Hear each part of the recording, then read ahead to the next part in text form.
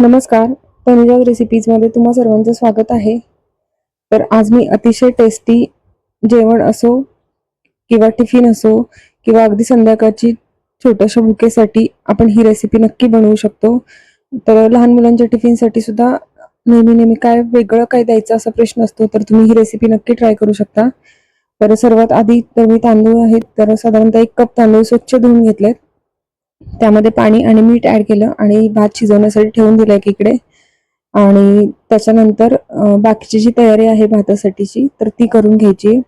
खूप सोपी रेसिपी आहे आणि अगदी कमीत कमी साहित्य आहे. खूप वेगळे मसाले वगैरे पण नाही, अगदी घरगुती साहित्यातच बनवलेला हा राईस आहे. तुम्ही रेसिपी एकदा नक्की करून बघा आणि रेसिपी शेवटपर्यंत नक्की बघा. खूप छान डिटेल असा व्हिडिओ आहे.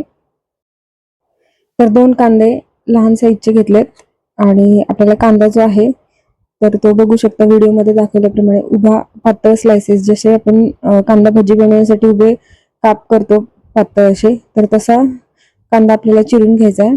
त्याच्यानंतर उकडलेले हरभरे आहेत, तर रात्रभर भिजवून उकडून ठेवले होते मी. आणि त्याच्यानंतर स्वीटकॉर्न आहेत थोडेसे, तर स्वीटकॉर्न ऑप्शनल आहे, माझ्याकडे होते म्हणून मी घातले. तर गाजर वगैरे काही इतर भाज्या असतील, शिमला मिरची, गाजर, टोमॅटो वगैरे, तर तेही ॲड केलं तरी छान लागतो. पण असाच साधा सिंपल राईस पण छान लागतो. तर सर्वात आधी कढईमध्ये तेल घेतले 2 चमचे साधारणतः आणि तेल छान गरम झालं की त्यानंतर मोहरी, जिरं, थोडंसं हिंग टाकल्या आणि जिरे मोहरी छान फुलली की त्यानंतर कांदा जो आहे उभा चिरलेला तर तो ॲड करायचा आहे. तर आपण हरभरे शिजवलेलेच वापरले, त्यामुळे याच्यामध्ये खूप जास्त वेळ लागणार नाही आपल्याला हा राईस बनवण्यासाठी. तर कांदा थोडासा सॉफ्ट होईपर्यंत आपल्याला परतून घ्यायचा आहे आणि त्यानंतर त्यामध्ये स्वीटकॉर्न टाकलेत मी. तर अगदी पाव वाटी स्वीटकॉर्न आहेत, खूप जास्त नाही आहेत. तर माझ्याकडे होते म्हणून मी ते ॲड केलेत.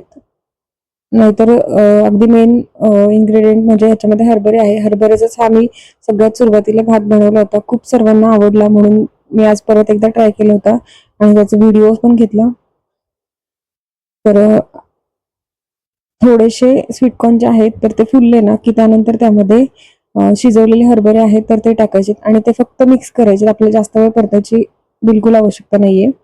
आणि ते मिक्स करून झाले की त्यानंतर त्यामध्ये चवीपुरतं मीठ आणि मिरची पावडर आहे, हे घरी बनवलेली मिरची पावडर आहे. त्यानंतर थोडासा रंग छान येण्यासाठी त्यामध्ये कश्मीरी लाल मिरची पावडर आहे, तर ते 1 चमचाभर टाकले. ही काही जास्त तिखट नसते, फक्त रंग खूप सुंदर येतो या भाताला.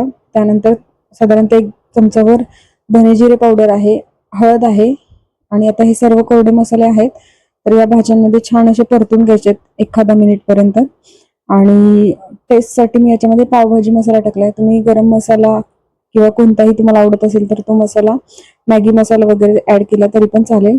तर मी यामध्ये पावभाजी मसाला टाकते, त्याने टेस्ट खूप छान येते. आणि त्यानंतर जो शिजवलेला भात आहे मोकळा तर तो टाकायचा आहे आणि भात टाकल्यानंतर पण आपल्याला सर्व मसाला छान लागेपर्यंत आपल्याला परतून घ्यायचा. 1-3-4 मिनिट आपल्याला हे मसाला मिक्स करण्यासाठी लागतात.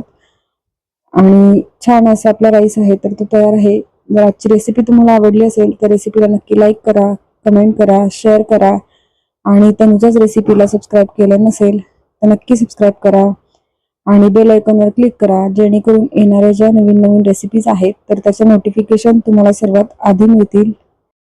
तर बघू शकता तुम्ही रंग इतका सुंदर आलेला आहे. त्याच्यामध्ये मी काकडीचे स्लाइस थोडेसे सजावटीसाठी वापरते आणि ते या राईस सोबतही छान लागतात. आणि थोडंसं लोणचं पण घेतलंय कैरीचं. अतिशय टेस्टी अशी रेसिपी आहे. तर तुम्ही ही रेसिपी मुलांच्या टिफिनसाठी पण नक्की करून बघा. धन्यवाद.